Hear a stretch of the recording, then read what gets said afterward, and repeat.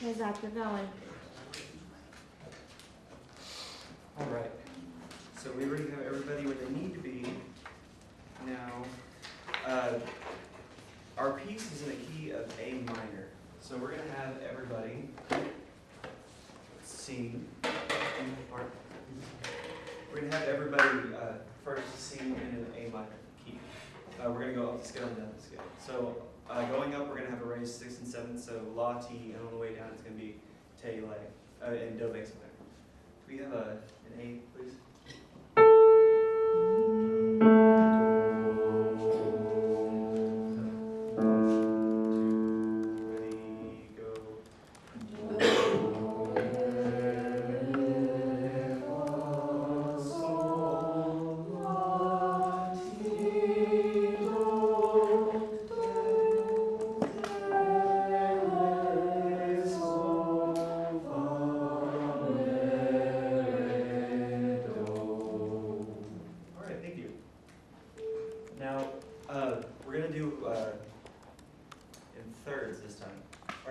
So we're going to go do, re, do, me.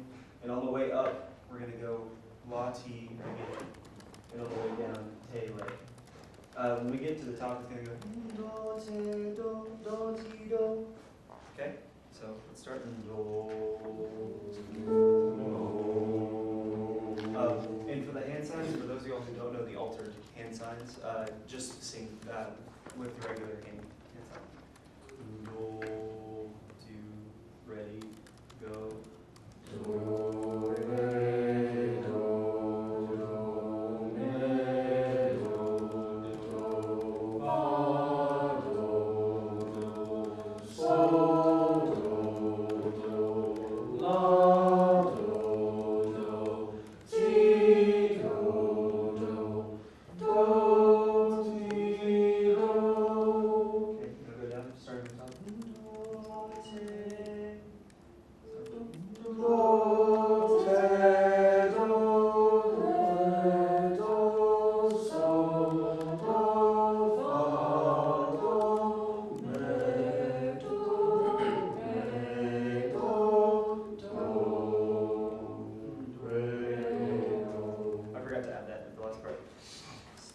So let's do this one more time. So let's go do.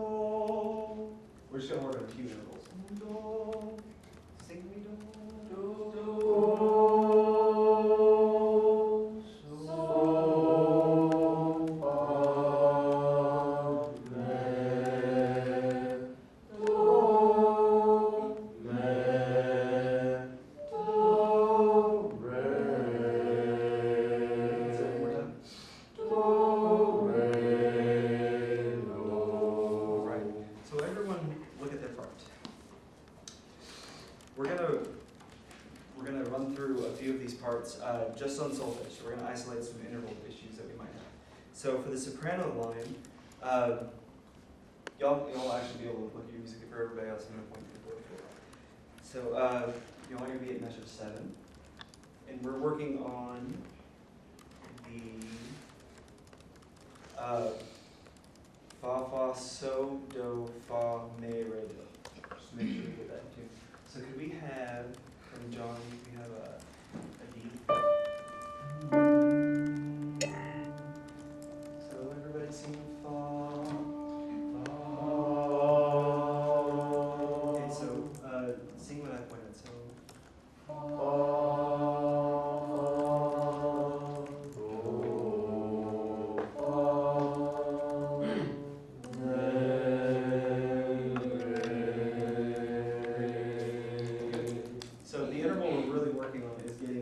From so to do and back up to fa. So let's sing fa again.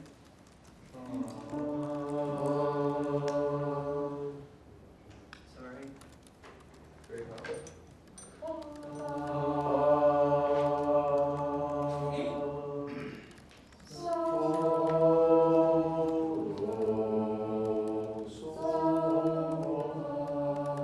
Good, thank you. So can we have everybody play their part at measure 7?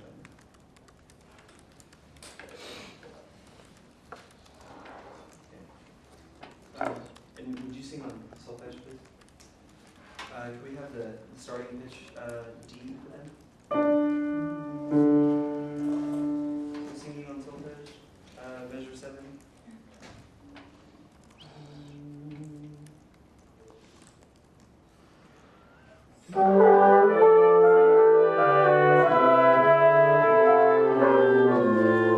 Let's try again. We're going to take it a little bit slower.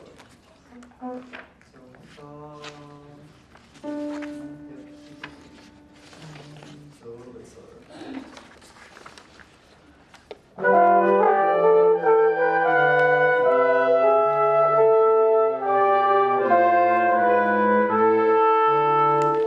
So trumpets, can we have you play a little bit softer, just so we can hear the other voices?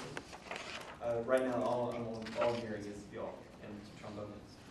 So everybody else, if possible, I know y'all might not be able to sing as loud, but for all the other instruments, could you play just a little bit louder? So let's do measure 7 again.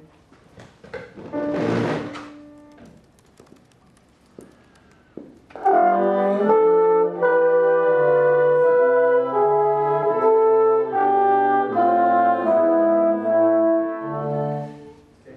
The next line we're going to go to is in measure 6, right before that. And we're working on the alto parts. So, measure 6. Can we hear an A? So we're working on the A. Okay. So, can I have the A one more time? Everybody sing with me, please.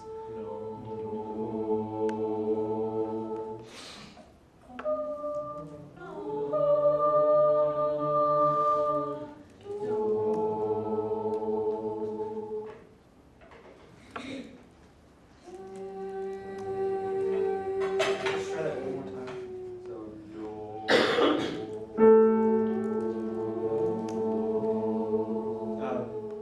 The altos have an interesting part. Actually, the horn. Yes, French horn. So instead of going up to fa, you actually go down to fa. Everybody else is trying to stop. So the alto part is do, fa, do, and then the two upper voices of the alto are do, fa, do. So you all have a fifth down, and you all have a fourth up. So do.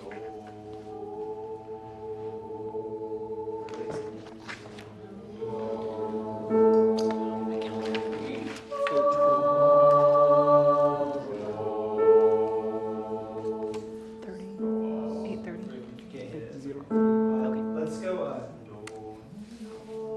sing a little bit higher for you. I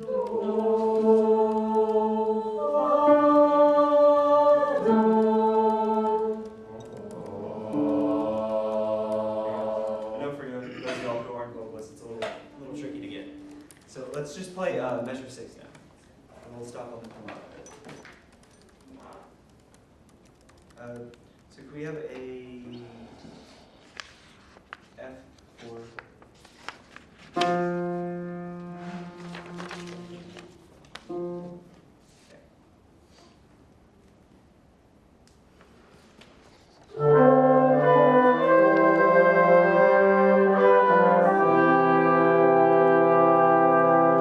Thank you. Let's do it one more time, and we're going to go on this time. Okay? Ready? You only need the starting pitch. Okay, ready?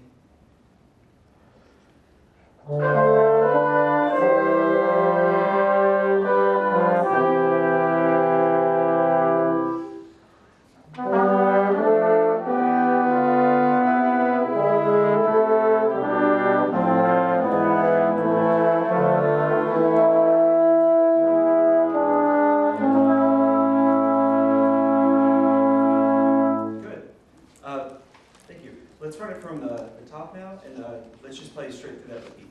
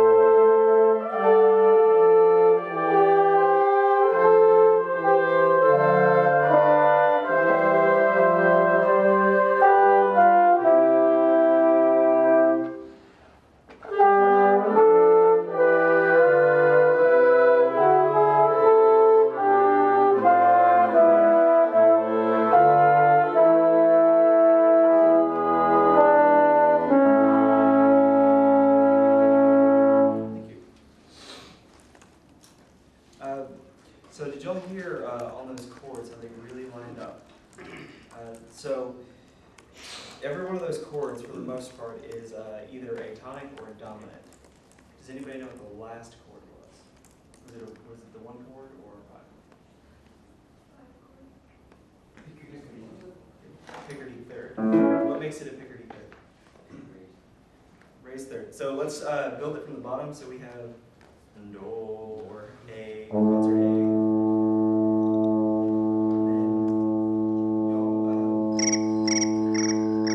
Sorry, horns now.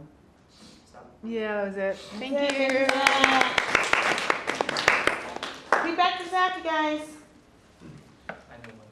I was gonna say, the exercise at the beginning where we were going up and down the scale, going up was fine, going down, not so much, just because you're staying late.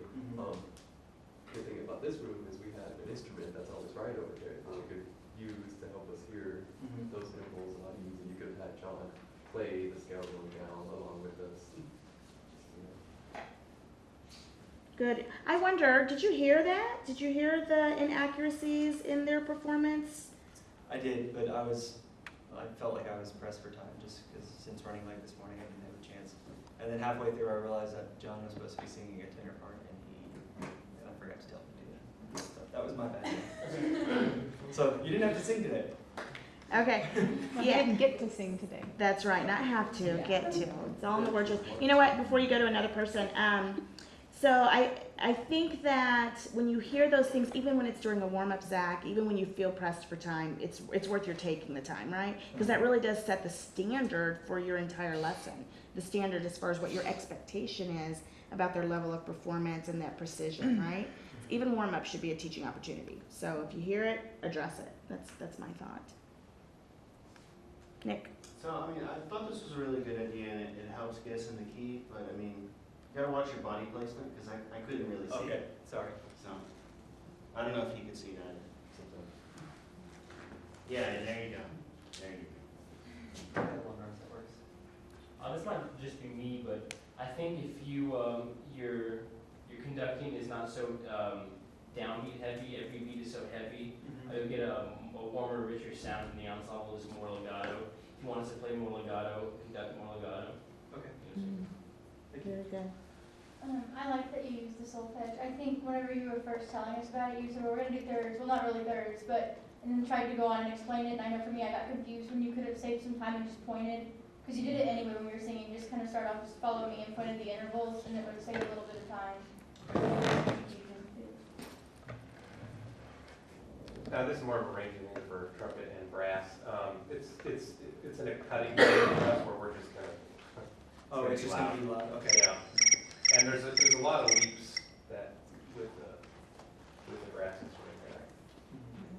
Yeah, I'll keep that in mind next time. I mean, for us, we could do it.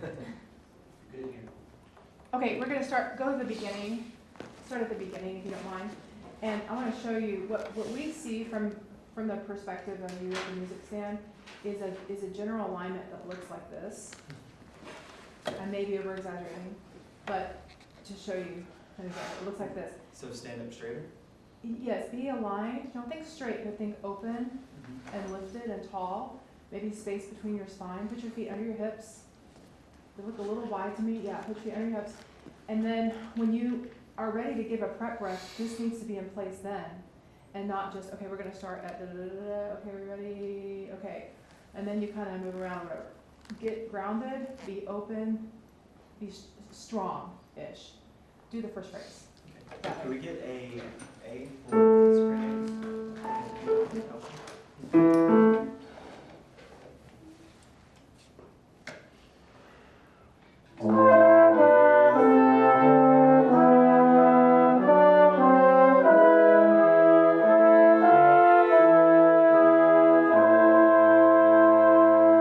Okay, was that better?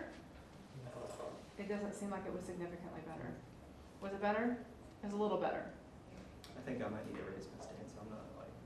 I think you could raise your stand. You could also make it flat so that it can go higher. Before TEC.1, I think you should practice against the wall or a door or on the floor, lay on your back on the floor. And this is not to say that we should be stiff when we're conducting, but you have a natural tendency to lean in this way, and it's just weakening your ability to be clear with the gesture. Also, it's not facilitating a healthy sound from anybody. So you can compare what you just did to what you did on the video earlier in your TE and see a little bit of a difference, but let's try to make a huge difference for the next one. Okay. Okay. Yeah, if I could piggyback on that, other things to consider, because I know you're a string player, but when you do a release for wind players, if you close your hands, you're gonna get some funky endings to sounds, For throats too. especially with younger players. Yes, leave your hands open, yeah, so that they know we're stopping the air, we're not stopping with our tongue and doing anything too abrupt, because that's kind of the way that comes across to a wind player, especially younger wind players. And then the other thing, you do a lot of mirroring. So, you know, if you can make sure that you're using one of your hands, your left hand, primarily for the expressivity, you know, as opposed to doing the mirroring. And then my last thing to say has to do with your verbalizations, to piggyback on what it was that Michaela said. You just need to be really precise, right, with your language and your thought. Think about it before you teach it. Know what you want to say, how you want to say it in as few words as possible. Okay? Excel, anything else to add? It's already mentioned. Thank you. Okay. Yeah, you're really covered. This is dangerous. We both Sorry. like to be long-winded. Okay,